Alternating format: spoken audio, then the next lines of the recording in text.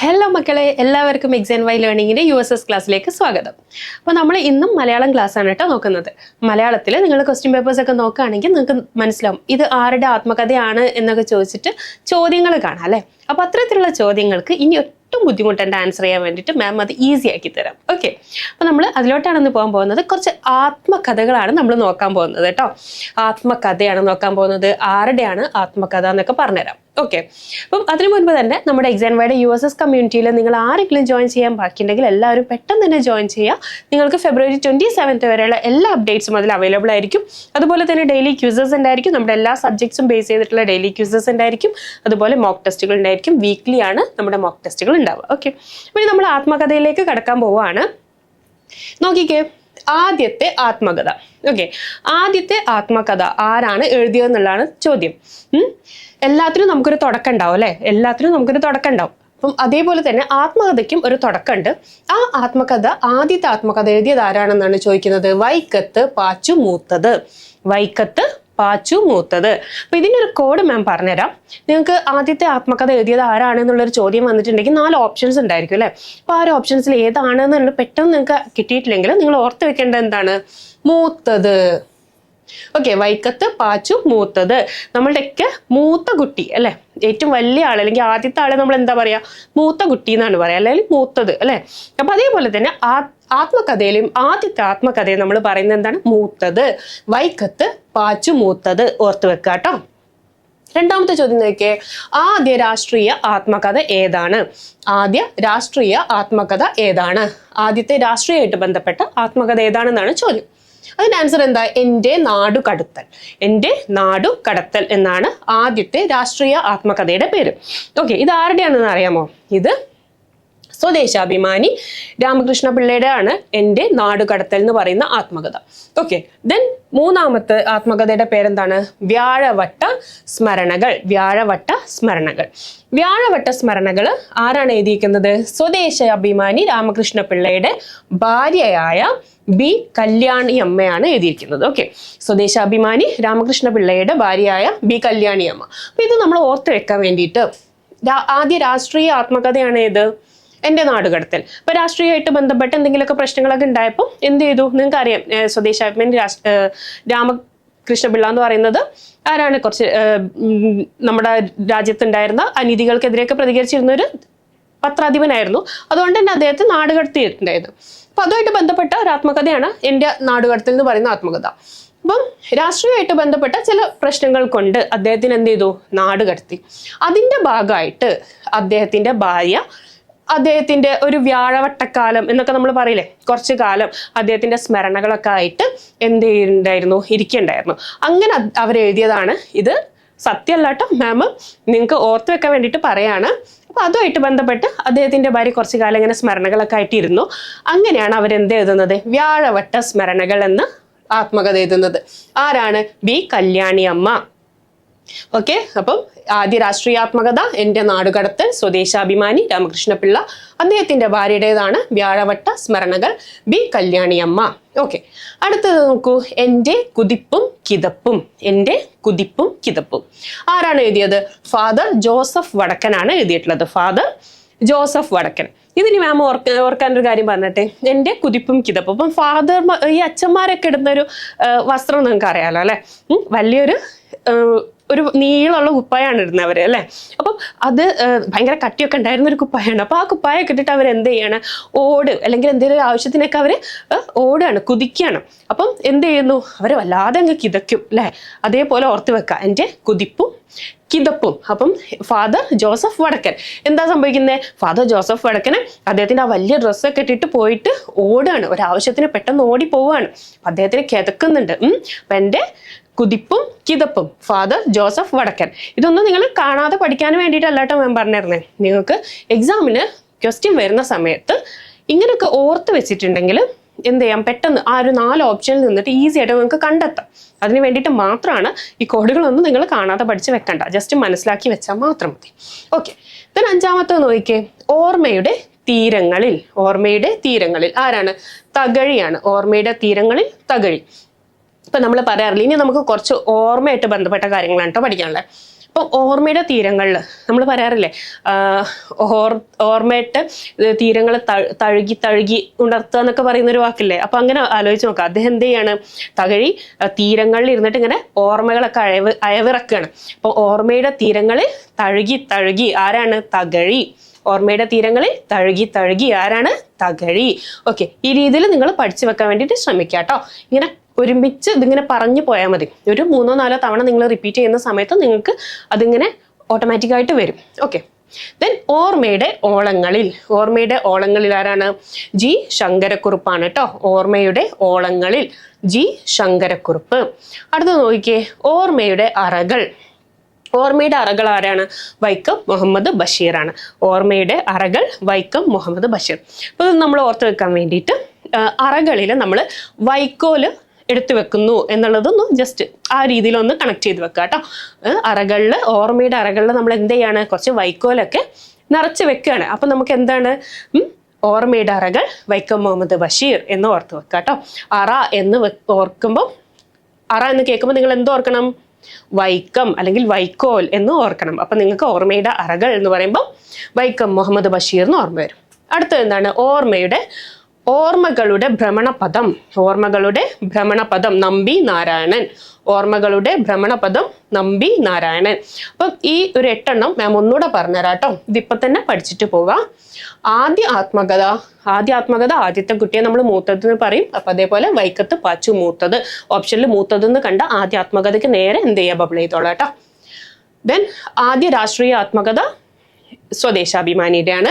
Then വ്യാഴവട്ട സ്മരണകൾ അദ്ദേഹത്തിന്റെ തന്നെ ഭാര്യ, അദ്ദേഹത്തിന്റെ നാടുകടത്തലായിട്ട് ബന്ധപ്പെട്ട് അദ്ദേഹത്തിന്റെ സ്മരണകളൊക്കെ ആയിട്ട് ഇരിക്കുകയാണ്. അപ്പം അവരെഴുതിയതാണ്. അവരുടെ പേരെന്താണ്, ബി കല്യാണി അമ്മ. ദെൻ എൻ്റെ കുതിപ്പും കിതപ്പും ഫാദർ ജോസഫ് വടക്കൻ. ഫാദറിന്റെ ഡ്രസ്സ് ഓർക്കുക, അദ്ദേഹം ഓടുന്നു കിതയ്ക്കുന്നു, അതൊന്ന് ഓർത്ത് വെക്കുക കേട്ടോ. ഓർമ്മയുടെ തീരങ്ങളിൽ തകഴി. ഓർമ്മയുടെ തീരങ്ങളിൽ തഴുകി തഴുകി തകഴി. ദെൻ ഓർമ്മയുടെ ഓളങ്ങളിൽ ജി ശങ്കരക്കുറുപ്പ്. ഓർമ്മയുടെ അറകൾ വൈക്കം മുഹമ്മദ് ബഷീർ.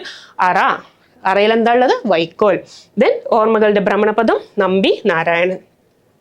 അടുത്തത് നോക്കിക്കേ, ഓർമ്മകളുടെ മാന്ത്രിക സ്പർശം. നമുക്ക് വളരെ ഈസി ആയിട്ട് ഓർത്ത് വെക്കാം. ഓർമ്മയുടെ മാന്ത്രിക സ്പർശം. എന്താണ് മാന്ത്രിക, മാജിക് അല്ലെ. ആരാണ് നമുക്ക് മാജിക് എന്ന് പറയുമ്പോൾ നമ്മുടെ മനസ്സിലോട്ട് ആദ്യം ഓടി വരുന്ന ആരാ, ഓഫ് കോഴ്സ് ഗോപിനാഥ് മുതുകാട് അല്ലെ. നമ്മളൊക്കെ നമുക്ക് കുഞ്ഞമ്മ തൊട്ട് എന്താണ് മുതുകാടിന്റെ മാജിക് ഒക്കെ കണ്ടു വളർന്ന ഒരാളാണ്. അപ്പം നിങ്ങൾക്കാണെങ്കിലും ഇപ്പൊ അത് തന്നെയായിരിക്കും പെട്ടെന്ന് ഓർമ്മ വരാം. ഓർമ്മകളുടെ മാന്ത്രിക സ്പർശം ഗോപിനാഥ് മുതുകാട്. ദെൻ ഒളിവിലെ ഓർമ്മകൾ ആരതാണ്, തോപ്പിൽ ബാസി. ഒളിവിലെ ഓർമ്മകൾ, ഇത് ഓർത്ത് വെക്കേണ്ട. തോപ്പിൽ ബാസി. ബാസി എവിടെയാണ് ഒളിച്ചിരുന്നത്, തോപ്പിൽ ബാസി ഇതേപോലെ ഒരുപാട് ഒരു കമ്മ്യൂണിസ്റ്റ് നേതാവൊക്കെ ആയിരുന്നു. അപ്പൊ അതുമായിട്ട് ബന്ധപ്പെട്ട് കുറെ പ്രശ്നങ്ങളും കാര്യങ്ങളൊക്കെ ഉണ്ടായിട്ടുണ്ട്. അപ്പൊ അതുപോലെ അദ്ദേഹം എന്ത് ചെയ്തിട്ടുണ്ട്, ഒളിവിലൊക്കെ പോയിട്ടുണ്ട്. അപ്പം അദ്ദേഹം എവിടെയാണ് ഒളിച്ചിരുന്നത്, തോപ്പിൽ. തെങ്ങിൻ തോപ്പ് എന്നൊക്കെ നമ്മൾ പറയില്ലേ, അങ്ങനെ ഓർത്ത് വെക്കുക കേട്ടോ. ഒളിവിലെ ഓർമ്മകൾ തോപ്പിൽ ബാസി. ബാസി എവിടെയാണ് ഒളിഞ്ഞിരുന്നത്, തോപ്പിൽ. ഒളിവിലെ ഓർമ്മകൾ തോപ്പിൽ ബാസി. ഓക്കെ, ഓർമ്മയുടെ കിളിവാതിൽ. ആരുടെയാണ് ഓർമ്മയുടെ കിളിവാതിൽ, നോക്കിക്കേ, കൊച്ചൗസേപ്പ് ചിറ്റിലപ്പള്ളി. ഓർമ്മയുടെ കിളിവാതിൽ. ഇത് ഓർത്ത് വെക്കാൻ മാം ഒരു കാര്യം പറയാം. കിളിവാതിൽ എന്ന് പറഞ്ഞാൽ എന്താണ്, ഒരു ചെറിയ വാതിൽ അല്ലെ, കുഞ്ഞു വാതിലാണ് കിളിവാതിൽ എന്ന് പറയുന്നത്. അതിലൂടെ ആരാണ് നോക്കുന്നത്, കൊച്ചു ഔസേപ്പ്. കൊച്ചു നോക്കുകയാണ്. എങ്ങനെയാ നോക്കുന്നേ, കിളിവാതിലിലൂടെ കൊച്ചു ഔസേപ്പ് നോക്കുകയാണ്. അപ്പം ഓർമ്മയുടെ കിളിവാതിൽ കൊച്ചൗസേപ്പ് ചിറ്റിലപ്പള്ളി. ഓക്കെ, ഇനി അടുത്തത് നോക്കിക്കേ, ഓർമ്മയുടെ ആഴങ്ങളിൽ NV കൃഷ്ണവാര്യർ. ഓർമ്മയുടെ ആഴങ്ങളിൽ, ഈ വേർഡ് ഓർത്ത് വെക്കുക, ആഴങ്ങളിൽ. NV കൃഷ്ണവാര്യർ.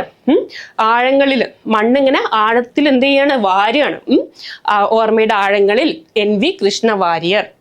ഇതൊക്കെ മാം പറഞ്ഞു, നിങ്ങൾ കാണാപ്പാഠം പഠിക്കാനുള്ള കോഡ്സ് അല്ല, ജസ്റ്റ് ആ ആത്മകഥയും ആളുടെ പേരും ഒന്ന് കണക്ട് ചെയ്ത് വെക്കാൻ വേണ്ടിയിട്ട് മാത്രമുള്ളതാണ്. അപ്പം മക്കൾ ചെയ്യേണ്ടത് ഇത്രയേ ഉള്ളൂ. ഇതിങ്ങനെ പഠിക്കുന്ന സമയത്ത് ആ ഒരു കോഡിന്റെ കൂടെ തന്നെ ഇങ്ങനെ പറഞ്ഞു പോവാം. ഓക്കെ, കാണാതെ പഠിക്കേണ്ട ഒരു കാര്യമില്ല, നിങ്ങൾക്ക് പെട്ടെന്ന് ഓർമ്മ വരും. ഓപ്ഷൻസ് കാണുമ്പോൾ നിങ്ങൾക്ക് പെട്ടെന്ന് ഓർമ്മ വരും. ഓക്കെ, ദെൻ മരിക്കാത്ത ഓർമ്മകൾ. പാറപ്പുറം, മരിക്കാത്ത ഓർമ്മകൾ. നമ്മൾ പറയില്ലേ, പാറപ്പുറത്ത് ഇരുന്നിട്ട് മരിക്കാത്ത ഓർമ്മകളൊക്കെ ഇങ്ങനെ ഓർത്തിരിക്കുക അല്ലേ, അല്ലെങ്കിൽ നമ്മൾ പഴയ കാല ഓർമ്മകളൊക്കെ ഇങ്ങനെ പാറപ്പുറത്ത് ഇരുന്നിട്ട് നമ്മളിങ്ങനെ ഓർത്തിരിക്കുകയാണെന്നൊക്കെ പറയില്ലേ, അതേപോലെ ഓർത്ത് വെക്കുക കേട്ടോ. മരിക്കാത്ത ഓർമ്മകൾ എവിടെ ഇരുന്നിട്ടാണ് ഓർക്കുന്നത്? പാറപ്പുറത്ത് ഇരുന്നിട്ടാണ് ഓർക്കുന്നത്. ആ രീതിയിൽ ഓർത്ത് വെക്കുക. മരിക്കാത്ത ഓർമ്മകൾ, പാറപ്പുറം. എൻ്റെ ജീവിത സ്മരണകൾ, മന്നത്ത് പത്മനാഭൻ. ഇവിടെ നിങ്ങൾ നോക്കേണ്ട ഒരു കാര്യം എന്ന് പറഞ്ഞാൽ 3 ജീവിത സ്മരണകളുമായിട്ട് 3 ആത്മകഥ വരുന്നുണ്ട്. ഒന്ന് എൻ്റെ ജീവിത സ്മരണകൾ, മന്നത്ത് പത്മനാഭൻ. ഒന്ന് ജീവിത സ്മരണകൾ, EV കൃഷ്ണപിള്ള. മൂന്നാമത്തത് ജീവിത സ്മരണകൾ തന്നെ KC മാമൻ മാപ്പിള. അപ്പൊ മാം ഇവിടെ നിങ്ങൾക്ക് മനസ്സിലാവാൻ വേണ്ടിയിട്ട് വർഷങ്ങൾ കൊടുത്തിട്ടുണ്ട്. EV കൃഷ്ണപിള്ള എഴുതിയത് 1941 KC മാമൻ മാപ്പിള എഴുതിയത് 1977. ഓക്കെ, ഇനി എൻ്റെ ജീവിത സ്മരണകളാണ് ആരുടേത്? മന്നത്ത് പത്മനാഭൻ. മന്നത്ത് പത്മനാഭൻ എന്നൊക്കെ പറയുമ്പോൾ നമുക്ക് കുറച്ചൊരു പഴയ ആളെ അല്ലേ, നിങ്ങൾ ഇപ്പൊ സോഷ്യലൊക്കെ പഠിക്കുന്ന ഒരു ഹിസ്റ്ററി ഒക്കെ പഠിക്കുന്ന ഒരാളുടെ പേരൊക്കെ പോലെ നിങ്ങൾക്ക് ഓർമ്മ വരുന്നുണ്ടാവും അല്ലെ. അപ്പൊ നിങ്ങൾ എന്ത് ചെയ്യുക, എൻ്റെ ജീവിത സ്മരണകൾ, ആ പണ്ടത്തെ ഒരാളാണ് മന്നത്ത് പത്മനാഭൻ, ഒന്ന് ആ രീതിയിലൊന്ന് ഓർത്ത് വെക്കുക കേട്ടോ. പിന്നെ വരുന്നത് ജീവിത സ്മരണകൾ. ഇവിടെ നിങ്ങൾ ശ്രദ്ധിക്കേണ്ട കാര്യം, ജീവിത സ്മരണകൾ ഇവിടെ ഒരു സ്പേസ് വരുന്നുണ്ട്. രണ്ടാമത്തെ ജീവിത സ്മരണയ്ക്ക് സ്പേസ് ഇല്ല.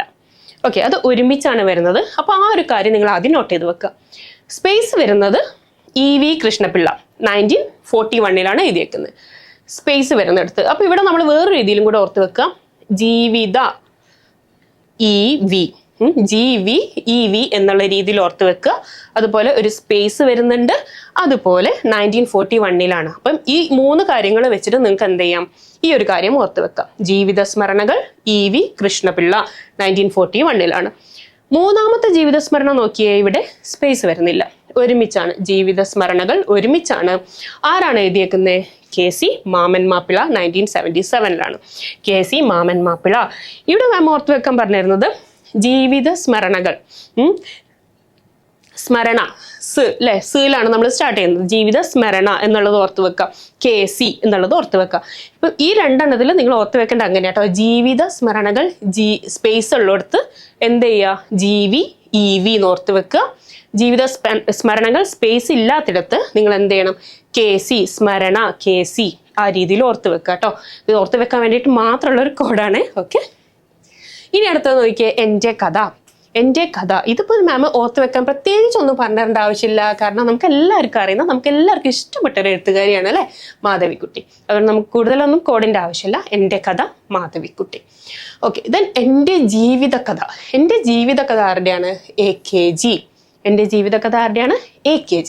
ഇത് നിങ്ങൾക്ക് എളുപ്പത്തിൽ ഓർത്ത് വെക്കാം. എൻ്റെ ജീവിത കഥ ഇപ്പൊ ഇവിടെ നോക്കിയേ, AKG എന്ന് എഴുതി വെച്ചിട്ടുണ്ട് അല്ലെ. എൻ്റെ ഏലെന്താ വരുന്നേ? എൻ്റെ. ഇത് നമ്മൾ ഇംഗ്ലീഷിലോട്ടേക്ക് നേരെ മാറ്റുകയാണ് കേട്ടോ. അപ്പൊ നോക്കിയേ, എൻ്റെയുടെ A ഇവിടെ ഉണ്ട് അല്ലേ. ദെൻ ജീവിത കഥ. അപ്പൊ നമ്മൾ ഇതൊന്ന് നേരെ തിരിച്ചിട്ട് കൊടുക്കാം, ഇങ്ങോട്ടേക്ക് ഇട്ട് കൊടുക്കാം, ഇതിങ്ങനെ ഇങ്ങോട്ടേക്ക് ഇട്ട് കൊടുക്കാം. ഓക്കെ, അപ്പം ജീവിത കഥ, ജീവിതത്തിന്റെ G ഇവിടെ ഉണ്ട്, കഥയുടെ K ഇവിടെ ഉണ്ട്. അപ്പം എൻ്റെ ജീവിത കഥ AKG. ഓക്കെ, അപ്പൊ എൻ്റെ ജീവിത കഥ എന്നിങ്ങനെ വരുമ്പോൾ നിങ്ങൾക്ക് ഓപ്ഷനിൽ AKG ഉണ്ടാവും. അപ്പൊ ജസ്റ്റ് നിങ്ങൾ ഓർത്ത് വെക്കാം, എൻ്റെ ജീവിത കഥ AKG. ഓക്കെ, ആ രീതിയിൽ ഓർത്ത് വെക്കാം. ദെൻ എൻ്റെ കലാജീവിതം. എൻ്റെ കലാജീവിതം PJ ചെറിയാൻ. ഇപ്പം നമ്മൾ സ്കൂളിലൊക്കെ പഠിക്കുമ്പം അല്ലെങ്കിൽ കോളേജിലൊക്കെ പഠിക്കുമ്പോൾ നമ്മൾ ഫ്രണ്ട്സിനോടൊക്കെ പറയില്ലേ, നമ്മളിങ്ങനെ ശല്യപ്പെടുത്തിക്കൊണ്ടിരിക്കുമ്പോൾ ഇരുന്ന് ചൊറിയല്ലേ എന്ന് നമ്മൾ പറയല്ലേ. അപ്പം അതേപോലെ ഇങ്ങനെ ഓർത്ത് വെക്കാം, എൻ്റെ കലാജീവിതം അല്ലെങ്കിൽ എൻ്റെ കലാലയ ജീവിതം എന്നുള്ള രീതിയിലൊന്ന് ഓർത്ത് വെച്ചിട്ട് എന്ത് പഠിക്കാം, നമ്മൾ സ്കൂൾ കാലഘട്ടത്തിനെ കുറിച്ചിട്ടൊക്കെ ഒന്ന് ഓർത്ത് വെക്കാം. അപ്പൊ നമ്മൾ എന്ത് പറയും? PJ ചെറിയാൻ. എന്നെ ചുമ്മാ ചൊറിയല്ലേ. എൻ്റെ കലാജീവിതത്തിൽ ആരാണ്? PJ എന്ത് ചെയ്തു? ചൊറിയുന്നു എന്നുള്ള രീതിയിൽ ഓർത്ത് വെക്കാം. PJ ചെറിയാൻ, എൻ്റെ കലാജീവിതം PJ ചെറിയാൻ എന്ന് ഓർത്ത് വെക്കുക കേട്ടോ. ദെൻ എൻ്റെ വഴിയമ്പലങ്ങൾ. എൻ്റെ വഴിയമ്പലങ്ങൾ SK പൊറ്റക്കാട്. ഇത് നിങ്ങളൊന്ന് നോക്കിയേ, എൻ്റെ വഴിയമ്പലങ്ങൾ. നമ്മുടെ അമ്പലത്തിന്റെ വഴി ചെറിയൊരു കാടാണ്. ഇപ്പൊ നമ്മൾ പൊതുവെ കാണുന്ന വലിയ വലിയ അമ്പലങ്ങളിലൊക്കെ അങ്ങനെ ആയിരിക്കും അല്ലെ, ഒരുപാട് മരങ്ങളും ഒക്കെ ആയിട്ട് ഒരു കാട് അറ്റ്മോസ്ഫിയർ ഒക്കെ ആയിരിക്കും അല്ലെ പൊതുവെ ഉണ്ടാവാറ്. അപ്പം ആ രീതിയിലൊന്ന് ഓർത്ത് വെക്കുക. എൻ്റെ അമ്പലത്തിലേക്ക് പോകുന്ന വഴി എന്താണ്?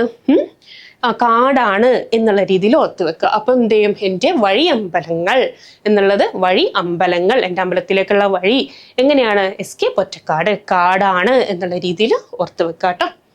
ദെൻ നോക്കിയേ എൻ്റെ ബാല്യകാല സ്മരണകൾ. എൻ്റെ ബാല്യകാല സ്മരണകൾ ആരുടെയാണ്? സി അച്യുത മേനോൻ. ഇത് നിങ്ങൾക്ക് ഈസിയാണ്. സി അച്യുത മേനോൻ എന്ന് പറയുമ്പോൾ ബാല്യകാല സ്മരണകളാണല്ലോ. അപ്പം ബാല്യകാലത്തൊക്കെ നമ്മൾ ചെറിയ കുട്ടികളൊക്കെ നമ്മൾ അച്ചു അച്ചു എന്നൊക്കെ വിളിക്കില്ലേ, ആ ഒരു രീതിയിൽ ഓർത്ത് വെക്കുക. എൻ്റെ ബാല്യകാല സ്മരണകൾ. ബാല്യകാല സ്മരണകൾ നമ്മൾ ചെറുപ്പത്തിൽ എന്ത് വിളിക്കും?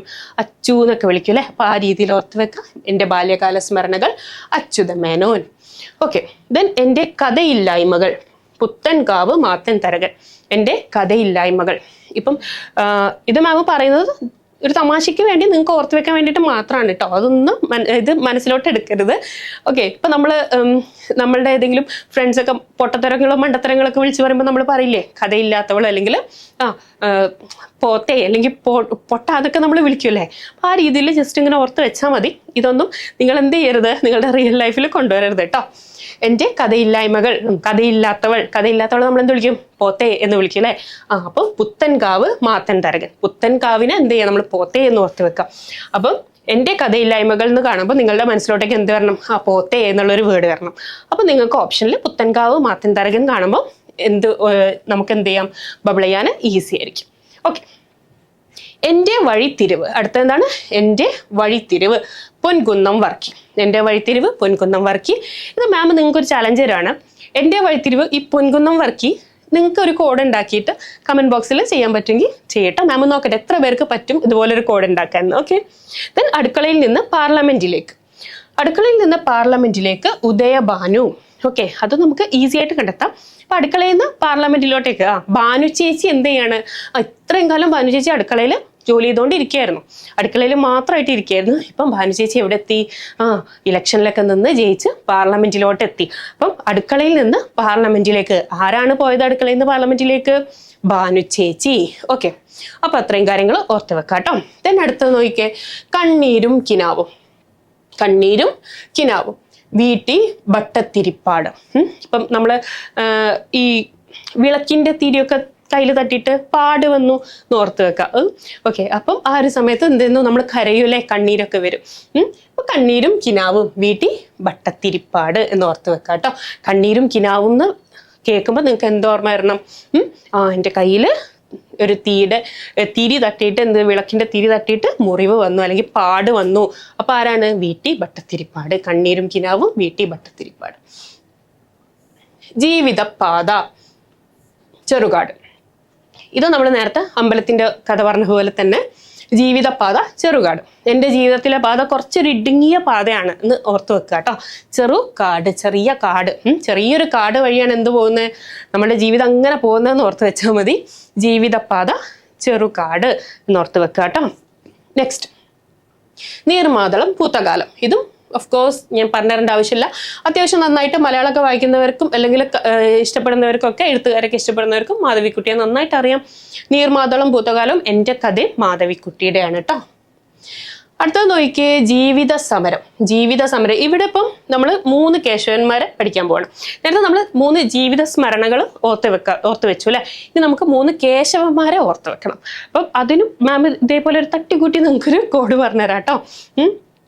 ജീവിത സമരം. ഒന്നാമത്തേതാണ് ജീവിത സമരാണ്. സി കേശവൻ. ഓക്കെ. അപ്പൊ നിങ്ങൾ ഓർത്ത് വെക്കേണ്ടത് ജീവിത സമരം. സമരത്തിന്റെ സായുണ്ട്. അപ്പൊ അതിനെ നേരെ നമ്മൾ എന്താക്കുകയാണ്? സി ആക്കിയിട്ട് സി കേശവൻ. ജീവിത സമരം സി കേശവൻ. ജീവിത സമരം സി കേശവൻ. ഓക്കെ. ദെൻ കഴിഞ്ഞ കാലം. കഴിഞ്ഞ കാലം അത് ഏത് കേശവനാണ്? K P Keshavan. അപ്പൊ ഇവിടെ എന്ത് വരുന്നു? കഴിഞ്ഞ കാലത്തിൽ കെ ആണ്, ഇവിടെ നമ്മൾ കെ ആണ്. Okay. K P Keshavan. Then എതിർപ്പ്. മൂന്നാമത്തെ കേശവനാരാണ്? കേശവദേവാണ്. എതിർപ്പ്. എതിർപ്പ് പി. എതിർപ്പ് പി കേശവദേവ്. ആ രീതിയിലൊന്ന് ഓർത്ത് വെക്കുക. ഇത് പേര് മാറിപ്പോവാൻ ഒരുപാട് ചാൻസസ് കൂടുതലുള്ള 3 പേരാണിത്. C Kesavan, K P Kesava Menon, Kesavadev. ഇത് 3 പേരും ചാൻസസ് കൂടുതലാണ് നിങ്ങൾക്ക് മാറിപ്പോവാൻ വേണ്ടിയിട്ട്. അപ്പൊ മാം പറഞ്ഞ രീതിയിലൊന്ന് ഓർത്ത് വെക്കുക. ജീവിത സമരം സി കേശവൻ. കഴിഞ്ഞ കാലം. കഴിഞ്ഞ കാലം കെ പി കേശവമേനോൻ. എതിർപ്പ് പി കേശവദേവ്. ഈ രീതിയിലാണ് നമ്മൾ ഓർത്ത് വെക്കേണ്ടത് കേട്ടോ. അപ്പൊ നിങ്ങൾക്ക് എല്ലാവർക്കും മനസ്സിലായിട്ടുണ്ടാവുമെന്ന് വിചാരിക്കുന്നു. നിങ്ങൾ നല്ല രീതിയിൽ തന്നെ എന്ത് ചെയ്യുക? ഇത് മാം പറഞ്ഞു തന്ന കാര്യങ്ങൾ കൃത്യമായിട്ട് തന്നെ ചെയ്യാം. ഓക്കെ, അപ്പോൾ മക്കളെ നമ്മുടെ USSന്റെ കമ്മ്യൂണിറ്റിയിൽ ഇതുവരെ ജോയിൻ ചെയ്യാത്തവരുണ്ടെങ്കിൽ പെട്ടെന്ന് തന്നെ ജോയിൻ ചെയ്യൂ. നിങ്ങൾക്ക് ടൈംലി അപ്ഡേറ്റ്സും ഡെയിലി ക്യൂസസും അതുപോലെ മോക്ക് ടെസ്റ്റുകളൊക്കെ അവൈലബിൾ ആയിരിക്കും. ഓക്കെ, അപ്പോൾ താങ്ക് യു. ഇത്രയേ ഉള്ളൂ നമ്മുടെ ഇന്നത്തെ ക്ലാസ്. അടുത്തൊരു മലയാളം ക്ലാസ് ആയിട്ട് മാം പെട്ടെന്ന് തന്നെ വരാം. ടാറ്റാ.